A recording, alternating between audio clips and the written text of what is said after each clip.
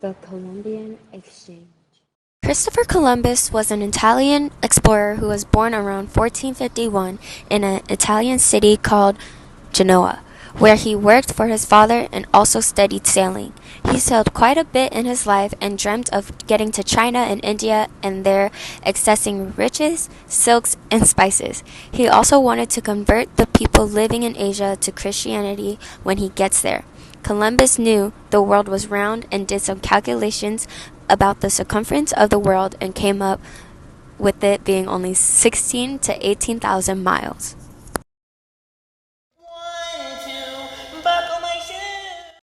Columbus believed that traveling around Africa to get to India would take far too long and take up too many resources.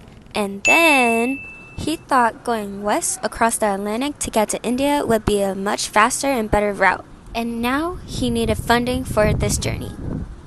Columbus first stopped by England, but they refused to help.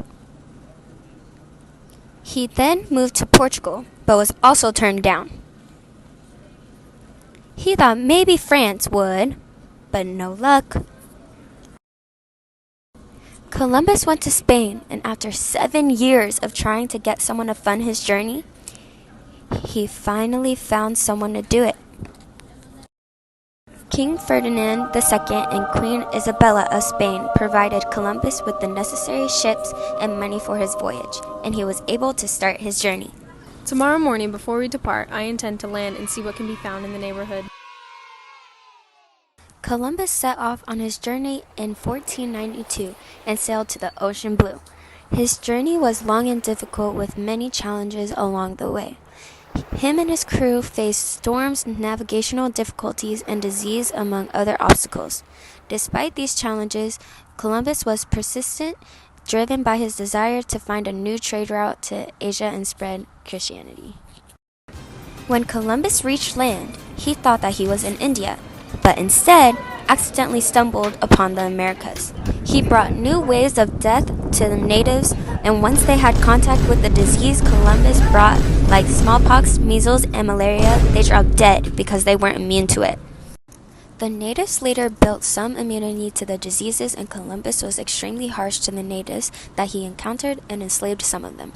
He did not respect the natives' cultures and traditions and often imposed his beliefs and practices, such as forcing them to convert to Christianity. With 50 men, we could subjugate them all and make them do whatever we want. Here, there are so many of these slaves. Columbus took resources from the New World, including gold, silver, crops, and animals, and brought it to the Old World. Columbus was satisfied with his findings and couldn't wait to report back to the King and Queen of Spain, because he believed that he discovered a new route to Asia when in reality, he didn't.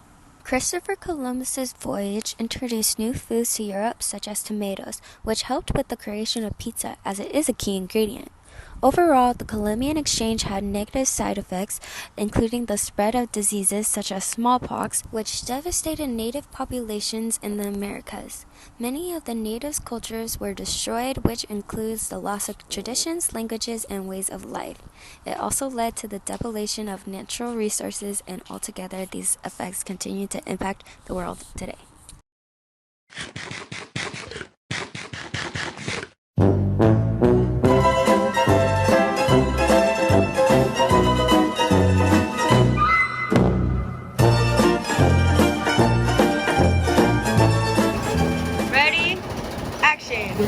Never mind, it fell apart.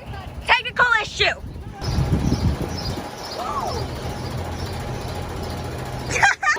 Okay, ready? Action. Oh, sorry. Reading Columbus on the screen. Oh, sorry. That worked. Alrighty. Too close, girl. Girl, I was going.